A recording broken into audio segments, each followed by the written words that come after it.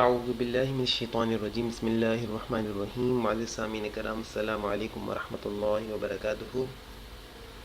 آج کا ہمارا موضوع ہے کہ استخارہ کیسے کریں،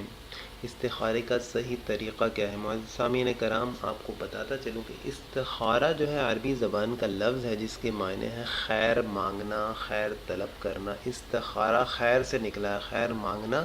خیر طلب کرنا، یعنی کوئی مشکل پریشانی ہو اللہ کی طرف رجوع کرنا، اصل مقصد یہ ہے۔ صحابہ رضی اللہ عنہم اجمعین خود فرماتے ہیں کہ اللہ کے رسول صلی اللہ علیہ وسلم نے ہمیں استخارہ یعنی اللہ سے مانگنا یعنی استخارہ کرنے کی اتنی تاکید فرمائی۔ استخارہ کی دعا احادیث میں آتی ہے، صاحب کہتے ہیں اللہ کے رسول نے ہمیں استخارہ کی دعا ایسے سکھائی جیسے نماز سکھائی ہے، مطلب اتنی باقاعدگی سے استخارہ کی دعا اللہ کے رسول نے صحابہ کو سکھائی۔ تو مقصد کیا ہے؟ اللہ سے خیر کو مانگنا، خیر کو طلب کرنا، اللہ کی طرف رجوع کرنا مشکلات میں، اصل یہ ہے۔ تو استخارہ کی دعا جو ہے یہ احادیث مبارکہ سے ثابت بھی ہے، یہ سنت رسول ہے، اللہ کے رسول نے خود بھی عمل کیا اور صحابہ کو بھی فرمایا۔ یہ دعا اللہ کے رسول کیا کرتے تو صحابہ کو سکھاتے تھے، اللہم انی استخیرک بعلمک، اے اللہ بے شک میں تجھ سے تیرے علم کے ساتھ بھلائی طلب کرتا ہوں، وَأَسْتَقْدِرُ بِقُدْرَتِكَ، وَأَسْتَقْدِرُ اور تجھ سے تیری قدرت کے ساتھ طاقت طلب کرتا ہوں، وَأَسْأَلُكَ مِن فَضْلِكَ الْعَظِيمِ اور میں تجھ سے تیرے فضل عظیم کا سوال کرتا ہوں، فَإِنَّكَ تَقْدِرُ وَلَا أَقْدِرُ کیونکہ تو قدرت رکھتا ہے میں قدرت نہیں رکھتا، وَتَعْلَمُ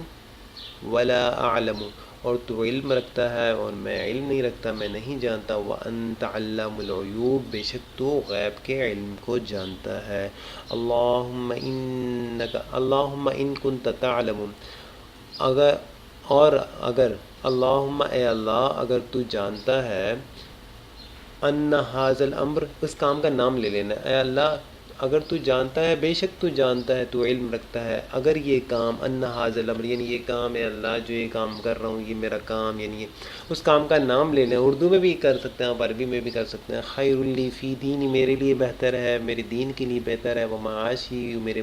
معاش کے لیے بہتر ہے، وعاقبت امری اور میرے حق میں بہتر ہے یہ کام، فقدرہ لی وہ میرے حق میں مجھے مقدر فرما، ویسرہ لی اور اس میں میرے لیے آسانیاں فرما، ثم بارک لی فی اور اس میں میرے لیے برکتیں فرما، وَإِن كُنْتَ تَعْلَمُ اور بے شک اللہ تو جانتا ہے تیرے علم میں ہے، ان ھذا الامر یہ کام جو میں کرنے جا رہا ہوں، اس کام کا نام لے لے، کوئی رشتہ کرنے جا رہا ہوں، کچھ بھی کرنے، شر لی فی دینی اس میں شر ہے میرے دین کے لیے، ومعاشی وعاقبت امری میرے معاش کے لیے اور میرے دنیاوی کاموں کے لیے اس میں شر ہے، فاصرفہ عنی مجھے اس سے دور کر دے، واصرفنی عنہ اور اسے مجھ سے دور کر دے، اچھا آگے ہے وقدر لی الخیر حیث کان ثم ارزنی بہ میرے لیے میرے بھلائی کا فیصلہ کر دے جہاں بھی وہ ہے اور پھر مجھے اس پر راضی کر دے۔ یہ ہے استخارہ کی دعا، اس کو اردو میں بھی آپ یاد کر سکتے ہیں معزز سامعین کرام۔ استخارہ کی دعا ہے یہ، صحابہ رضی اللہ عنہم اجمعین استخارہ اللہ سے اصل میں رجوع کرنا مقصد یہ ہے۔ استخارہ کی یہ دعا ہے، احادیث مبارکہ میں یہ ملتی ہے، اس طریقے سے اللہ سے دعا مانگی جائے، مدد چاہی جائے، تو ہوگا ایسا کہ اللہ دل میں بات ڈالیں گے یا کوئی ایسے اسباب اختیار ہو جائیں گے، ایسے اسباب نظر آنے لگ جائیں گے، اللہ اس طرف دل مائل کرنا شروع کر دے گا۔ یہ تو اب دیکھیں نا، ہوتا یہ کہ ہمیں تو بہت سارے کاموں میں معلوم نہیں ہوتا، انسان کو معلوم نہیں ہوتا، انسان بہت ساری چیزیں ایسی دیکھ رہا ہوتا ہے کہ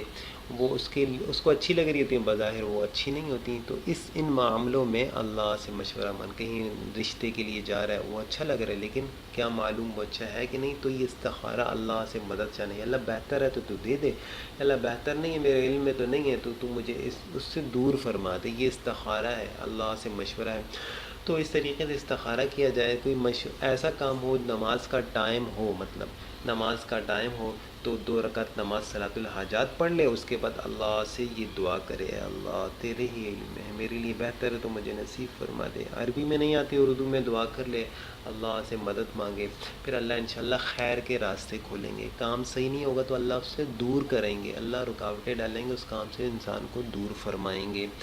تو اس کے بعد پشیمانی نہیں کرنی، اللہ سے مطلب گلہ نہیں کرنا ہے، اللہ سے مشورہ لے لیا تو جزاکم اللہ، السلام علیکم ورحمۃ اللہ وبرکاتہ۔